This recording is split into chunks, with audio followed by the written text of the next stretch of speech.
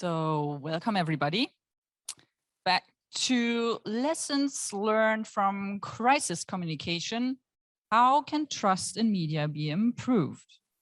This session is being hosted by the Deutsche Welle Akademie, which is the German media development organization that is represented in most countries of the world, almost 50, and by the Thomson Foundation, which is the oldest media development organization in the world, and they will be celebrating their 60th birthday very soon. My name is Friederike von Franke. I'm from the Institute of Democracy, Media and Cultural Exchange, and other than the two prestigious media development organizations I just mentioned, our media development organization is quite small, but present as well. So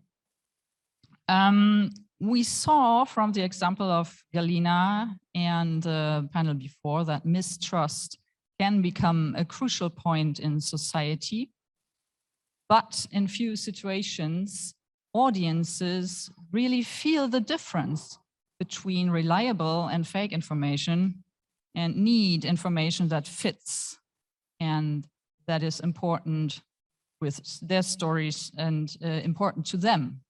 So we see it in the COVID rules and regulations that we are searching for information, that we need this information right now without searching too much. And in few situations, media can prove itself and can prove its value for audiences. It can establish trust and use it as a resource of its own. And our distinguished panel of speakers shares a rich set of experience how trust can be won for a good cause. I mean, we also had the example for media that is winning trust for partisan causes. We are on the good side today, and we are speaking about good causes and services that media can have for the whole of the audience. And we will talk about how trust can be won and must be constantly cultivated, and what it requires to stay relevant, meaningful, and trusted will be shared by our speakers.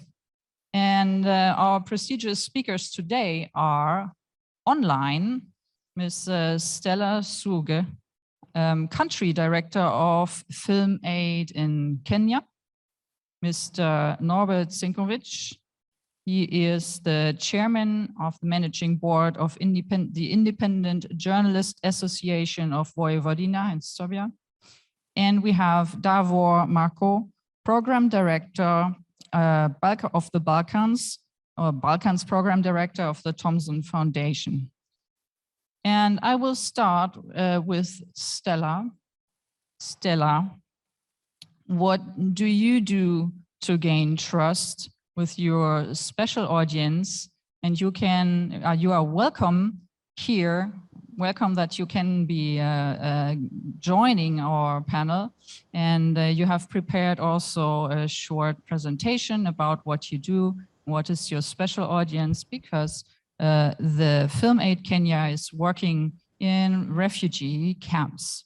Stella, please. Thank you so much, Friederike, and good afternoon from Nairobi, which is in Kenya, East Africa. It's a great privilege to be here with you and to share the experience that we have working here with the refugees. And just to give a minute or so overview, is that Film Aid Kenya is an organization that specializes in information dissemination and communication with refugees community here in Kenya. And this community of refugees is indeed a very special community, which are individuals who've been displaced forcefully from their countries, mainly by reasons of conflict or environmental and climatic changes that force them to get out of their homes. Kenya is home to more than 500,000 refugees from approximately 20 communities here in East and Horn of Africa. The greatest numbers come from the countries Somalia and the country of South Sudan, but alongside really all our neighbors in the region, and this region experiences a migration in a special way, because quite a number of those countries generate refugees, but in the same breath actually host refugees. So for example, Ethiopia is a country that hosts even a greater number than Kenya. But at the same time, Ethiopia generates refugees from communities like Gambela or Oromia. So it's a very interesting movement of refugees from the same countries to different countries, and those countries as well host refugees. What is also unique about the context that we work in is that most of the countries or the governments that host refugees implement what we call encampment policy.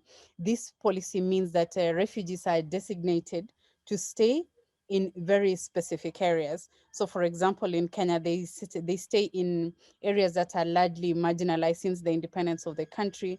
They have lived there for over 30 years now.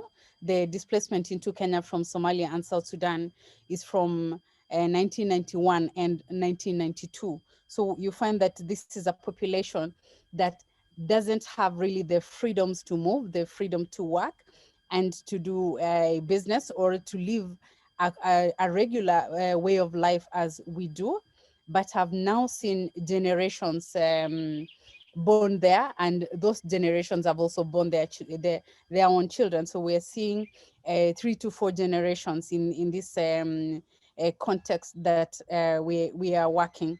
So in terms of really what we are looking at is a very special community, and because they are dependent on international action or international aid for all their daily lives, you know, from healthcare to education to food assistance that is being provided by international action. It also means that really there is a lot of limitations that they experience. Most of these communities, if you talk about especially women, is that they are largely uneducated, and because they come from backgrounds where there was already long-term conflict in those countries, then it just means that a lot of them have not really interacted with education, or have had you know, any history of human rights, or speaking or defending their own rights, and interacting with social services or governments, and issues like this that for us are a norm for our day-to-day life. So what Film Aid Kenya does is really then to work with these communities to give them, first of all, the skills in order for them to learn how to communicate, how to make media, how to access media. And then we go through a process where collaboratively with the communities, we identify the needs of those communities. And there are numerous social needs for this community, because if you imagine a refugee camp is an enclosed environment and a very small physical space. So we are talking about a lot of communicable diseases. And because of the fact that really people are confined, we are talking about a culture of violence, a culture of abuse, absence of human rights, including also from the local communities. The local communities also face very similar challenges. So it means in this context, there are numerous needs that emerge when we conduct assessments that therefore informs Film Aid what really they can respond to. So largely a lot of our information dissemination and community communication and dialogue with the communities revolve around issues in the past 2 years, issues around COVID-19. We're talking about malaria, we're talking about cholera, we're talking about maternal health, we are talking about sex and gender-based violence, so things that affect these communities on a daily basis. And also education is also a big issue that is being greatly affected by the cultural practices that ordinarily then really distract children and young people from going to school. We experience a lot of children going through being married before the ages of 18, early pregnancies, drug abuse, for which all these issues we identify collaboratively with the communities and basically respond through various methods. So in terms of how we understand and take the decisions on what kind of media do we produce, how do we take that media back to the communities, is that when we conduct assessments to understand the communication and information needs of the communities, we find out what really are your preferences for consuming media. How would you like to get media? What times? In what languages? In what formats? And we have had really very, I would say, very rich experience. And from this experience, then we continually adopt, and we've seen from the beginning where we disseminated what we can call very Western culture. FilmAid was born out of Hollywood, and therefore, our original culture, our original content was from the US, and the communities educated us that it's critical for us to disseminate content that is locally made. There was greater appreciation of really faces that we can identify with, a language that we identify with, people that are behind the cameras that we know, that we can speak to and address the issues that are affecting us. So FilmAid has continually learned and transitioned, and therefore a lot of our content is produced in these formats, be it film, which is greatly appreciated by the South Sudanese community, be it audio content, which is greatly appreciated by the Somali communities. The Central African communities appreciate theater and the arts as modes of communication. And today our multimedia content is in 13 languages, being the languages that are widely spoken. And what happens with this is that communities identify with this, and every single time they see somebody that they know, either as somebody in the film or the voice in the radio, is that there is a flow, there is a trust, there is a connection, and therefore these communities are able to open up, either in expressing their needs or giving feedback or asking questions about the issues that are affecting them in the context that that we are working. So in our experience, really what is critical is what we call participation, that the communities deeply meaningfully participate in the discussion about the needs, in the making of the media and the dissemination of the media. Thank you, Federica. Right. Yeah, great, Stella. That was brilliant. So what I understood is, yeah.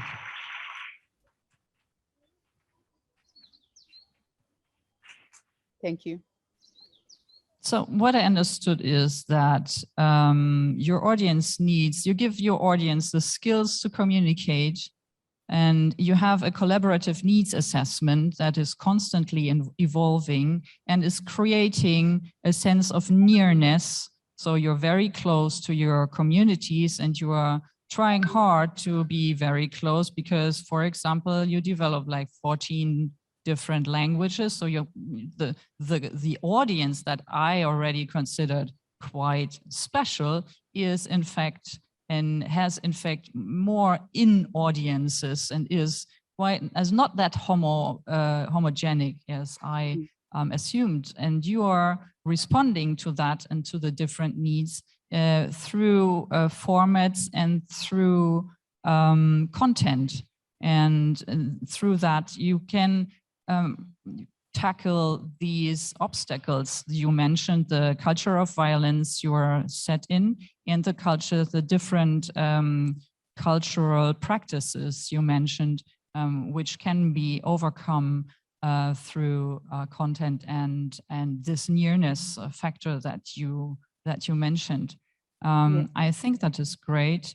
It is also resonating with something that Davor said in the beginning and the pre-talks of our conference. He said, well, to be relevant for the audience, a local media or media needs to constantly rebranding. So what you do is, in a way, my question would be, you put change for trust, and isn't this a contradiction? I mean, constantly rebranding is your audience also has constantly to adapt to something new. And how do you get the audiences to follow you if you are rebranding and continue and enhance the trust in your media? That would be my question for Davor.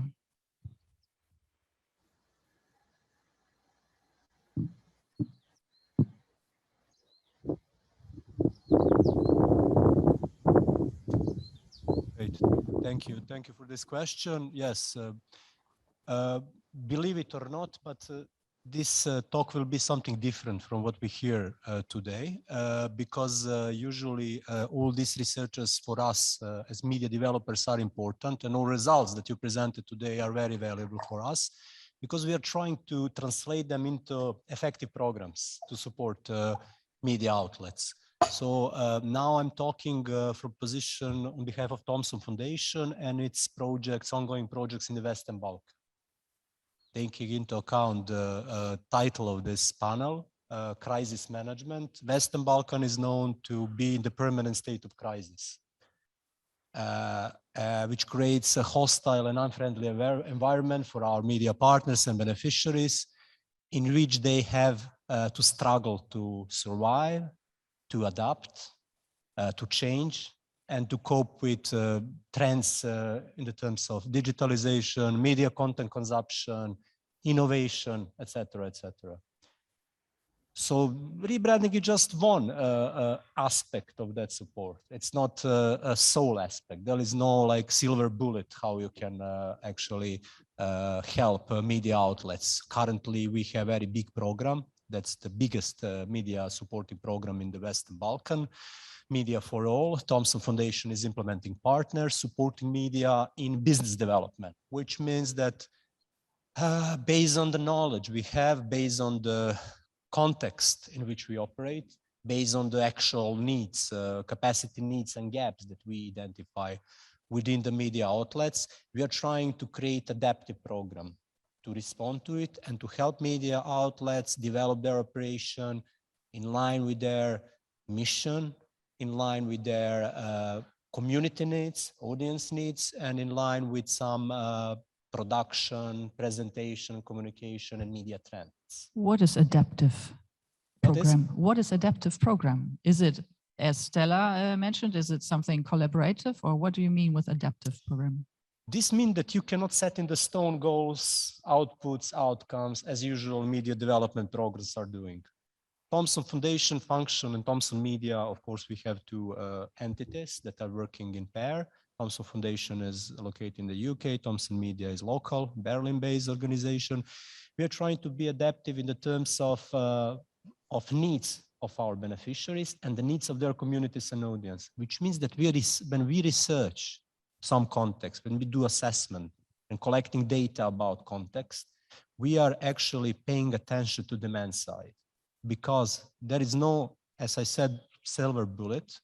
There is some kind of magic, we can say that way, magic formula that is consisted of four ingredients that media should pay attention to, and we are there with our partners to help them create that formula and adapt that formula to their needs. That formula is consisted of four things. First is mission. Second thing is audience. Third thing is portfolio. And fourth thing is means. I just invented these terms, but I will explain what does it mean in practice. So mission means that media do not exist in isolation. So many donors in the Western Balkans supported media by default, independent, professional media by default. You are declared as independent media, you will get a grant to produce certain number of content, and once program ends, you will be in the same or even worse situation when it comes to sustainability. So Thompson insists that each media should declare what the mission of that media in their local community is, why they exist, and who they are. We work with different types of media: public service media, local, regional, commercial media, and community-based media. So I will mostly focus today on this social NGO media that are published by NGOs, by association, and that are mission-led, mission-driven media. So they're not business entities, but they can develop different kind of business models around their mission. Audience mean that they should know answers on the question for whom they exist, who are their audience, who are their community, and why their community needs them, how their mission is perceived and accepted by the audience, by the community. Portfolio means that refers actually to specific content, services, and value this media offer to the audience. So we can talk details. Many of you talk to this. For example, when it comes to content, we can discuss the diversity of the content. I mean, topics, representation of local topics that are important for local communities, etc., etc. It could be technical side, production, that should be cost effective, that should be effective in the terms of formats that are adapted for different platforms. We talk about new formats like newsletter, podcasts, etc., etc. Services mean that media are encouraged and supported to actually develop a wider portfolio of the services. So if they are, let's say, having equipment to produce some video materials, why they cannot offer it to some clients outside of their core business and feed their core media business with this money earned. We test it in the practice, and there are some very positive and good results that we are trying to share as a Thompson Foundation. And value means, and it's concretely related with the mission, that media, actually that audience, a local community that are loyal to certain media because of their mission, they recognize this value and they're ready to support them. And means are actually what are the most effective ways to do so, to build actually trust around these four concepts. Great. Thank you very much. Sounds good. Norbert, what would you think? You have listened to Stella's presentation and you listened to Davor. So what would you say as a representative of the journalism society, community in the Balkans? Okay, good afternoon.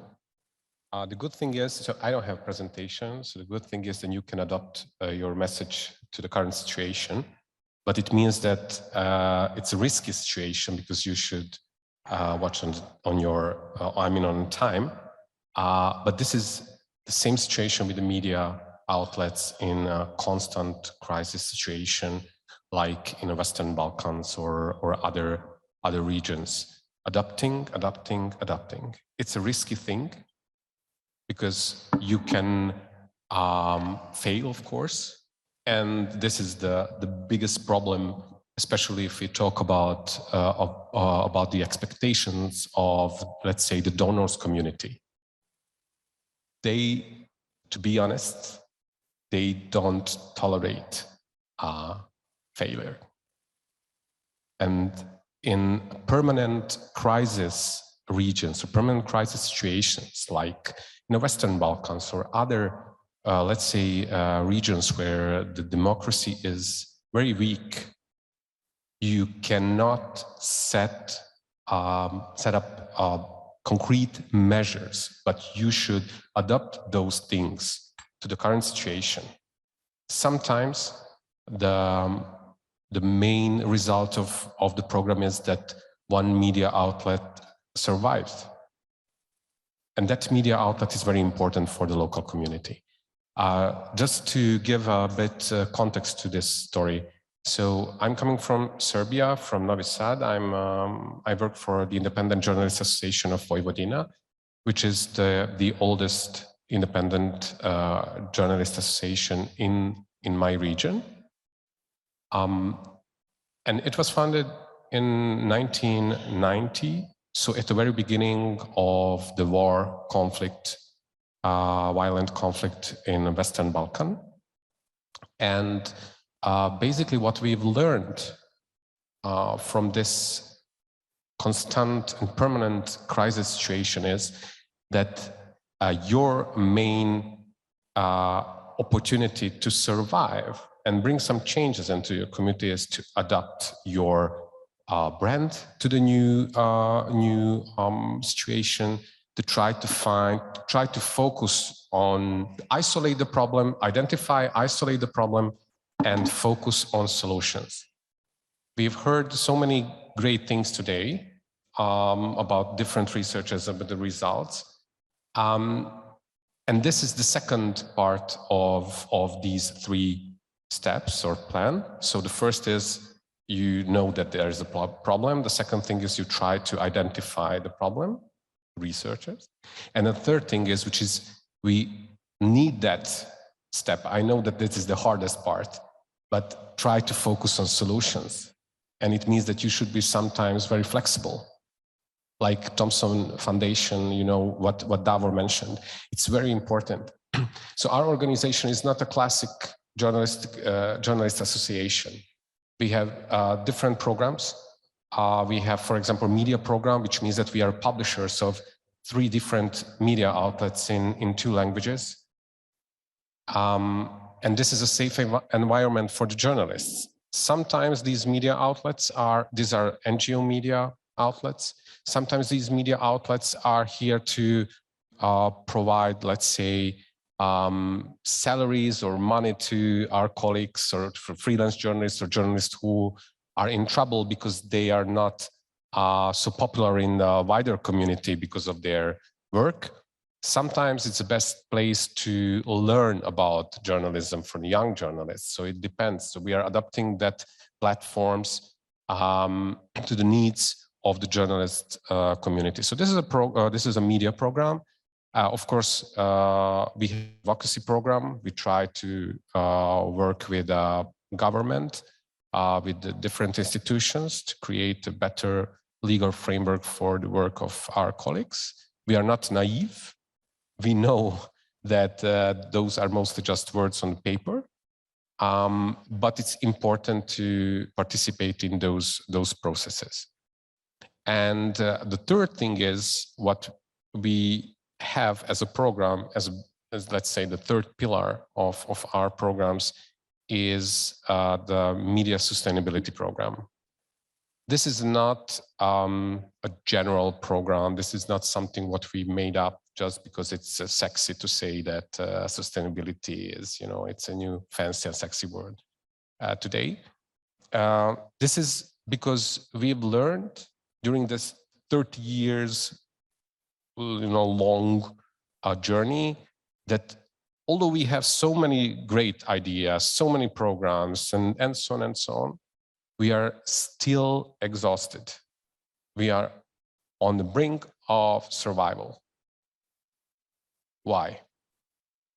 Because there's no revenue stream, or the finances are not diverse.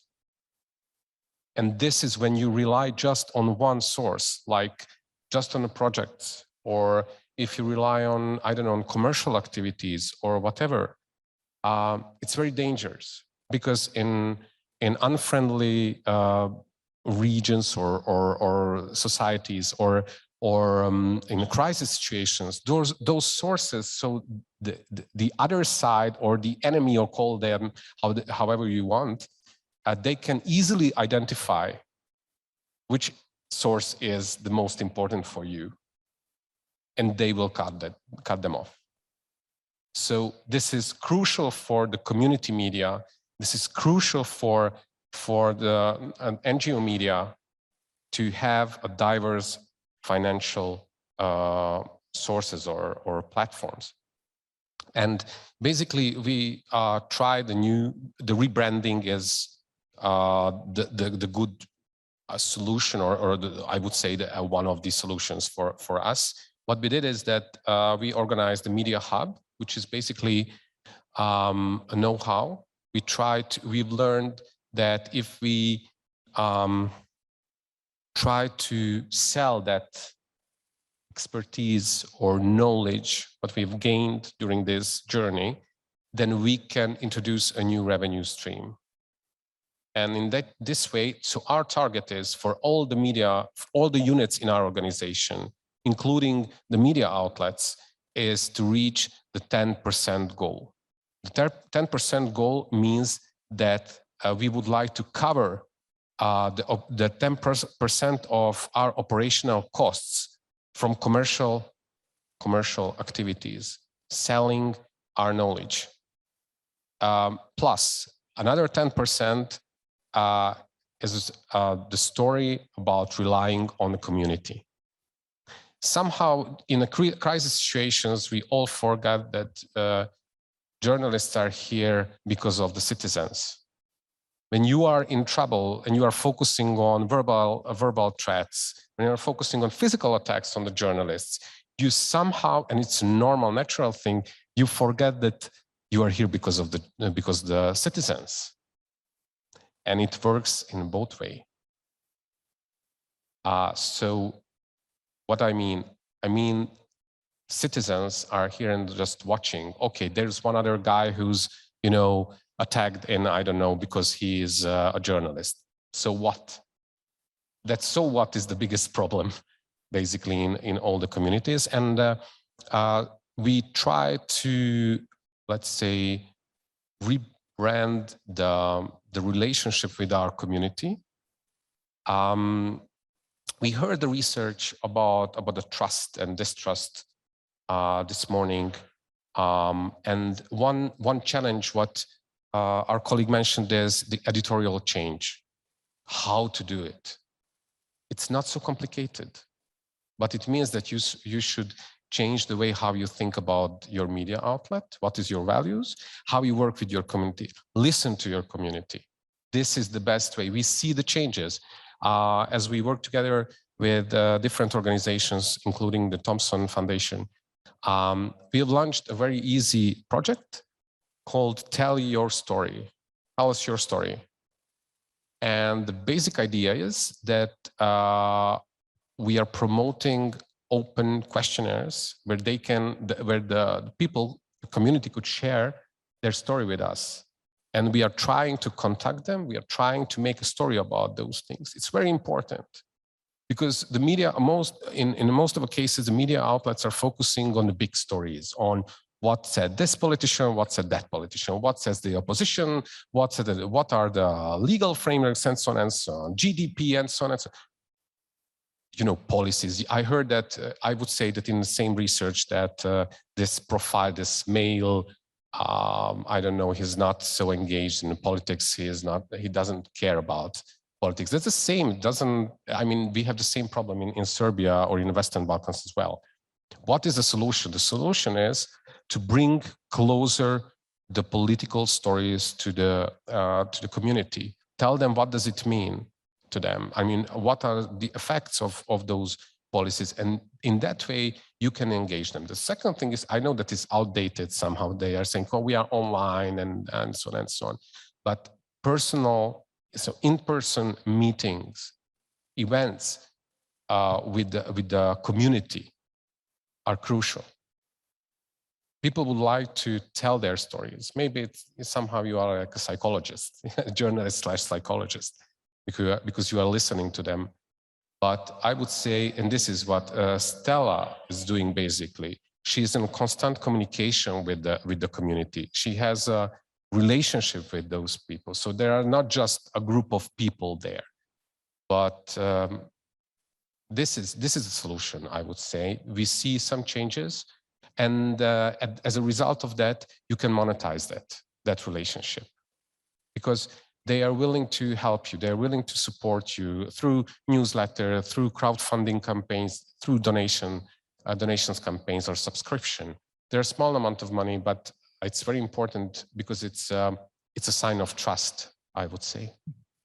Thank you. Thank you, Norbert.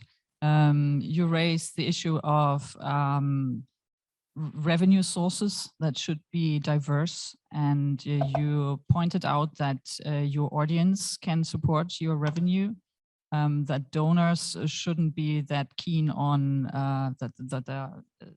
what did you say, they don't tolerate failure, so they should be more patient. And you also offered an interesting business model as being a consultancy in a way, because you offer your knowledge. And my question to that would be, who is giving you money? Or is it, I mean, you are offering a business model that the revenue gain, like the 10% revenue gain would be going to your organization, if that is correct.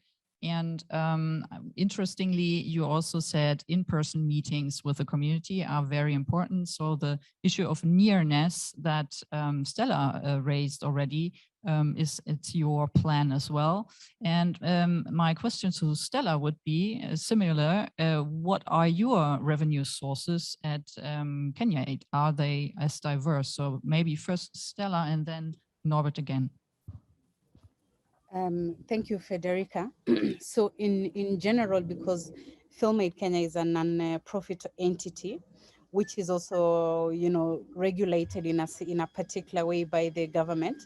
So we are typically funded by donors to do the programs, to do specific activities and deliver specific outcomes. So largely we rely on donors for funding, but then of course, similarly, we really have to continually look at what is the long term, what are the alternatives, and therefore the organization then looks at different means of, in a sense, sort of like a commercial wing of the organization that can generate a small part of the revenue. So because Film Aid is essentially a media content producer, it also means that we can produce media for the commercials and revenue to support the organization and the continuity. But also, you know, very similarly in the context that we are working, when you talk about revenue, is also looking at the communities that we are building their skills. It's asking the same question. You have earned skills in media development. So what next? How does it link to bread on your table?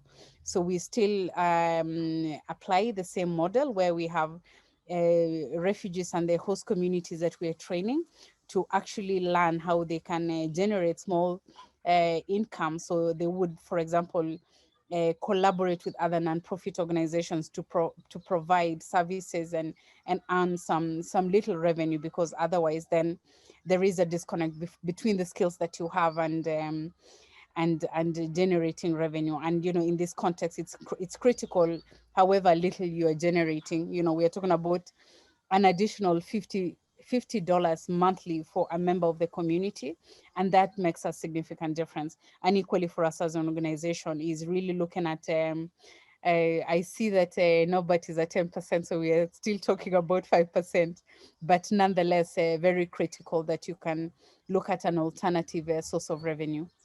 I don't know whether that's clear, Federica.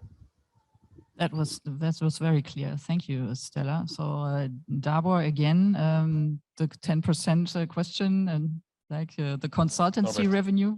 I'm sorry, Norbert. I'm sorry. Yeah. So we mostly. So just to clarify, we don't work with big media outlets. Our focus is on our colleagues in small communities. Small media outlets, mostly with 1, 2, 3, 5 journalists. So it's very difficult to see some big jumps or you know, changes in a way how they work.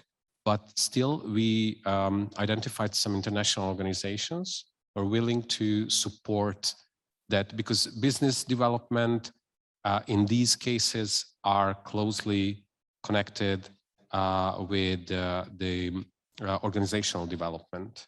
So it's a mix of services. And those international organizations, they are sometimes, you know, NGO driven organizations or foundations or something like that. they are willing to support those small media outlets in their journeys. So basically we work with them. Sometimes, and it happened in Serbia that we received a call from the Ministry for Information that they need some survey or some recommendation. So we are working with them as well to reach that 10%. But that 10% is just, it has so many different parts. Let's say this is a commercial activities or consulting, what I mentioned. Then we have the revenue stream, like newsletter or crowdfunding or donations. So we try to combine, and the projects, of course, we try to combine all these things. So this is how we work on these questions. Yes. Yeah, of course. So I would add this following thing, and it's related to diversification of revenue streams, opening actually untapped opportunities for media to earn money from new alternative sources. Actually, this is part of our adaptiveness. First segment is that we have human first approach as a Thomson, which means that somewhere there are real humans from flesh and blood that are running this media, having everyday's problem, are under pressures, and they, in order to build trust with them as a program, you need constantly to be in communication with them, you need to pay attention to their needs, and you need to actually at least to visit them as a program. You cannot do this like that, this is problem, this is money, use that money to solve it. You need to provide them continuous mentorship. Second part of our adaptiveness is our program in the Western Balkan. We work with 55 media outlets, piloting different business ideas, different business modalities and revenue streams. Media Hub is just one. This is portfolio of new services that they establish, and now they're selling their expertise, exporting it even beyond the region of Western Balkan. Thomson Foundation see this as a value of working with Western Balkan because we identify a lot of accumulated knowledge, experience, especially working in hard conditions that could be exported elsewhere. When I try to cluster this, so we see this program of 55 media outlets from 6 countries, Albania, Bosnia and Herzegovina, Kosovo, Montenegro, Macedonia, and Serbia. We see this as big laboratory of different business ideas. And if we want to cluster it, a part of this portfolio services, we have media that are introducing engaging content. We have media that introducing dedicated sub-pages for jobs, for tourism. For example, tourism is very interesting potential stream for new incomes. We have on the south of Albania, Saranda Web, enabling Macedonia Ohrid News, 2 media that are developing like micro booking pages, mapping and offering different accommodation opportunities, cultural opportunities to visit, etc., etc. So we are encouraging this media to think out of box, to change their mindset. We are increasing their capacities, individual and organizational, in order to minimize the risk by trying something. That's kind of investment through which we learn. This is big research for us, actually. This is research. This laboratory and learning by doing is actually a very exciting thing because we can see in the practice what works, what doesn't work, and how to adapt. Mm-hmm. Great, thank you, Gabor, for clarification. So you all 3 have different ways of engaging with the audiences and trying things. My questions would now go out to the audience. Please raise your hands if you have a question, and also to the online audience, please put your questions in the chat. We will respond to this and we can post your question to our speakers. Yeah. Can I have? Okay. So I actually have one question to Norbert. I was wondering if you talk about small local media and then they really like into the community and engage in offline action even. I wonder if this small local media, what role do they play in the overall media diet of the people? Is it #1 information source, or is it having a different role entirely. I sometimes have the feeling that people, you know, have their media diets, and this is for breaking news, and this is for this and this, and so that each type of media plays a very specific role, and in that case, not necessarily being #1 news source or information source. So, and then I get the feeling that trust is also then has a different fabric in some kind. It's not trust in news or trust in the accuracy of the information that I get. There's different different kind of trust in the community or in the radio station as a partner or an ally, whatever. This is one question. I have another one that's very short. I was wondering if, how do you think is the funding by international media organizations, is that perceived by the audiences? Is that entirely positive, or is there also ambivalent judgments? Okay.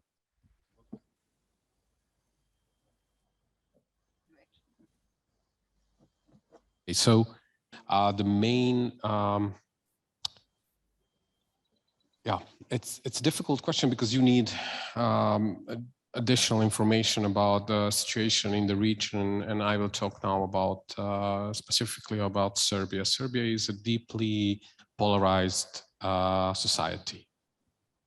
If you are not with us, you are against us. So this is the logic on every level. And this is the situation in the media sector as well. So the main problem is that mostly, so we are open to everyone. So all the local media outlets who want to learn something new and try something new, they can work with us. But as a result of this deep polarization in Serbia, there's always just one side who wants to work with us, if you understand me. There are mostly those media outlets which are very professional and but isolated in their communities as a result of a propaganda against them, because they are maybe they are liberal or they want, you know, to talk about, raise some questions about the transparency of the state or a way how the institutions are working. But at the same time, one more thing to add, so deeply polarized community, plus a devastated local media landscape. So basically, you don't have so many options on a local level. After the after 7 years, not 7 years, 10, 14 years of privatization of the local media outlets in Serbia, that's the biggest gap, I would say, in the media landscape. You don't have local media. Or if you have, they are mostly funded and supported by the most influential politicians in Serbia, and they're using the taxpayers' money, you know, to create that media environment in which it's not easy to work if you are a professional journalist. So this is basically, I would say, the answer to your question. For example, I will tell you, we work with 2 media outlets in Serbia which are bilingual. So they are providing content in Serbian and Slovak language, and one in Serbian and Ruthenian language. We work with one small media just in Serbian, and one very specific media outlet which is focusing on agricultural things. We work now in Hungary as well as consultants, and in the Czech Republic. And basically everywhere the situation is more or less the same when we talk about independent media outlets. That was the first question. The second question, I just forgot. What was your second question? Sorry. What role for those small local media in the overall information diet of the people? Mostly, yes.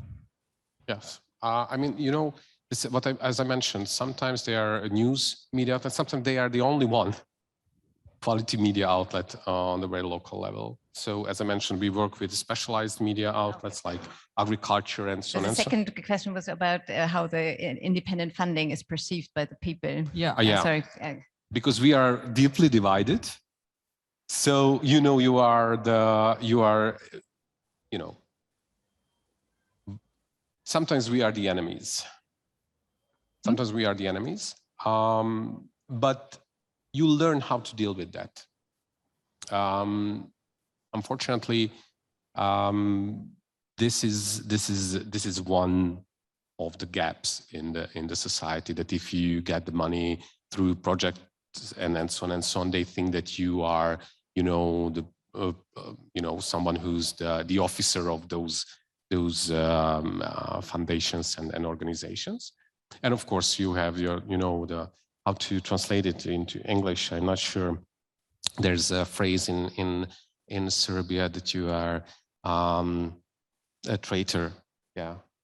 So external funding is harming the trust in your like Soros traitor or something like that, So it can be exploited by propaganda in a way, and it can hurt the trust in your outlet, but it can also, you can also use it. But we have another question over here from the audience. Thank you very much, Brigitte. Two questions, one for Stella, one for Davos.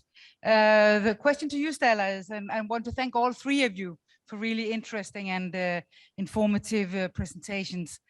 Stella, it was exciting to hear about the way you work with these marginalized communities in the refugee camps. And I was wondering, you talked about this continuum of, or this flow of trust and the connection and the ability for the people you work with to open up. I was wondering if you have any reflection on, or if you could share, and I'm also thinking of our panel tomorrow, which will deal with some of these issues with local media, if through these co-creative processes that you were describing, what kind of effects do you see? Do you see some kind of social norm change slowly taking place or something? So that's my question to you. I would love to see what, and then what, that question. And to Davos, I was just very impressed with that experimentarium or laboratory that you were describing. And I was wondering how you're going to share your experiences from all these different models. I would love to be one of your fans and followers. Thank you. Thank you very much. Federica, shall I go first? Yes, Stella, go ahead. So basically, with really the sort of the relationship that is cultivated with the communities, what we see is really what we describe as our theory of social change. That from one individual that has received the training, that individual talks and works with the neighbors. And we can be talking about something as simple as taking your children to school. So this individual understands that it's actually important for the female child to go to school, and that individual actually is able to go and speak to the next person. So we have numerous examples and experiences where the communities really translate from skills development that they're gaining to action within their own homes, taking action, taking their children to school, and taking action within the community. And we see the communities actually sort of collective responsibility over issues. So whether it's really discussing as maybe 10 homes that yes, indeed our girls need to go back to school, that's collective community action. And that's, the overall social impact that we are seeing from really the small thing.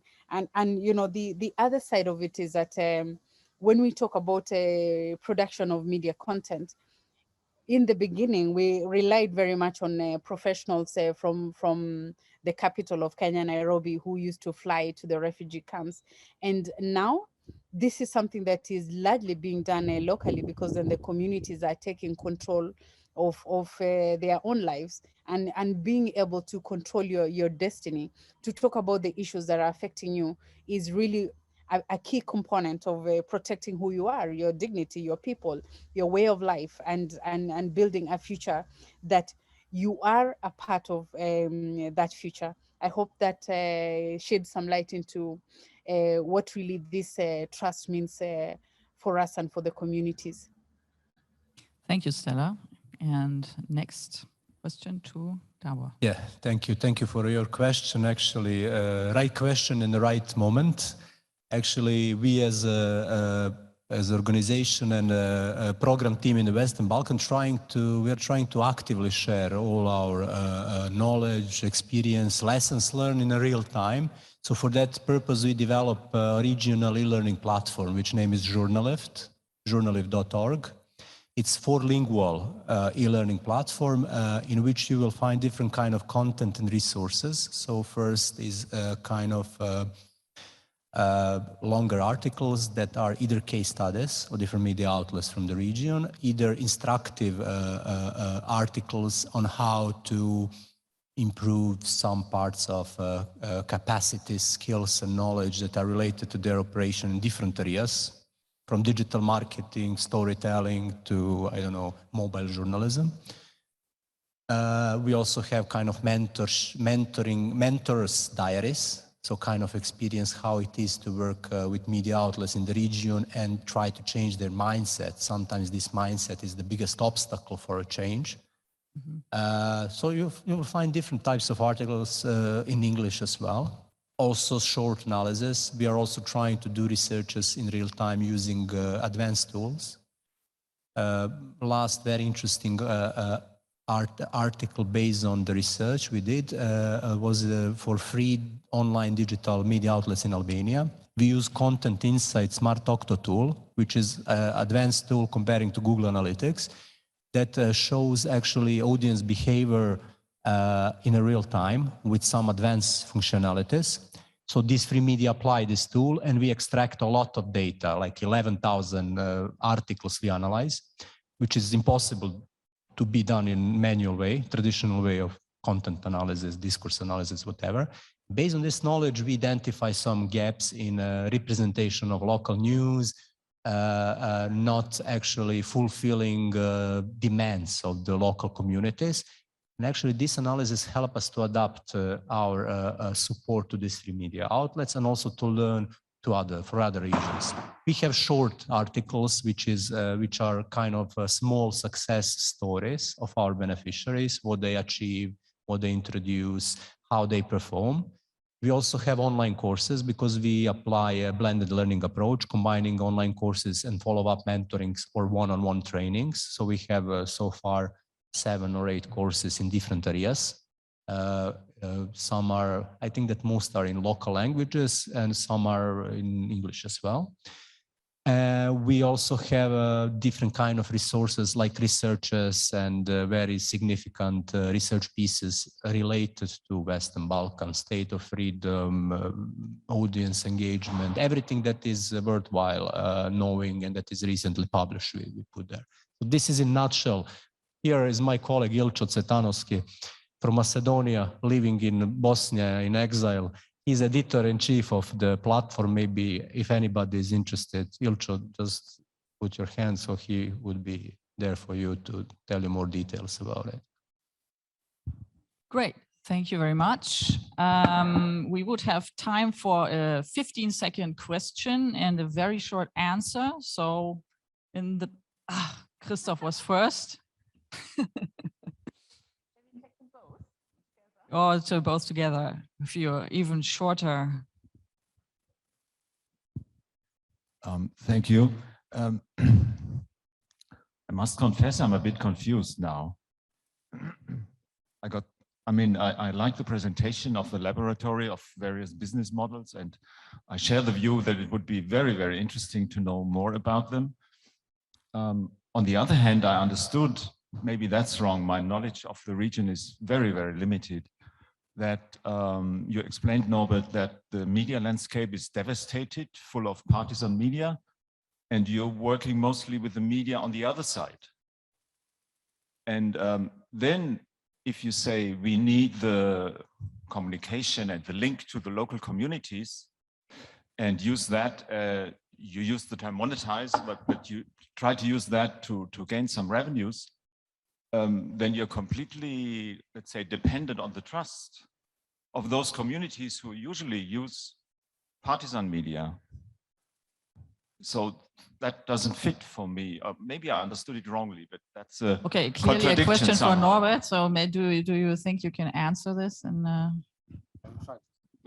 yeah, of course, only very well, shortly, but yeah, substantial. it's very hard, but you know, it's a marathon. This is the most important thing. So what we try to do is when we work with independent or quality media outlets, we try to support them to talk with those who are, let's say, on the other side. So, and these online events are perfect opportunities to talk with those people, because mostly they are in the rows on those events. So this is a very small steps to see what could you do with the whole community. This is what I mentioned. Yes, it's a problem of a lack of trust in general. At the same time, it's a marathon. So you cannot change this situation so easily, and there's no magic stick to change the situation.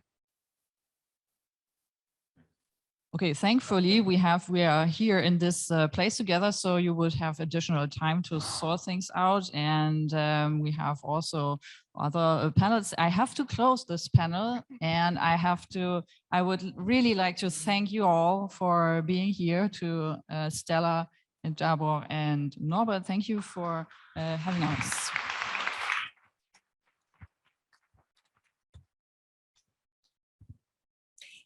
We make it 3 to 5 minutes quick break now for changing the stage.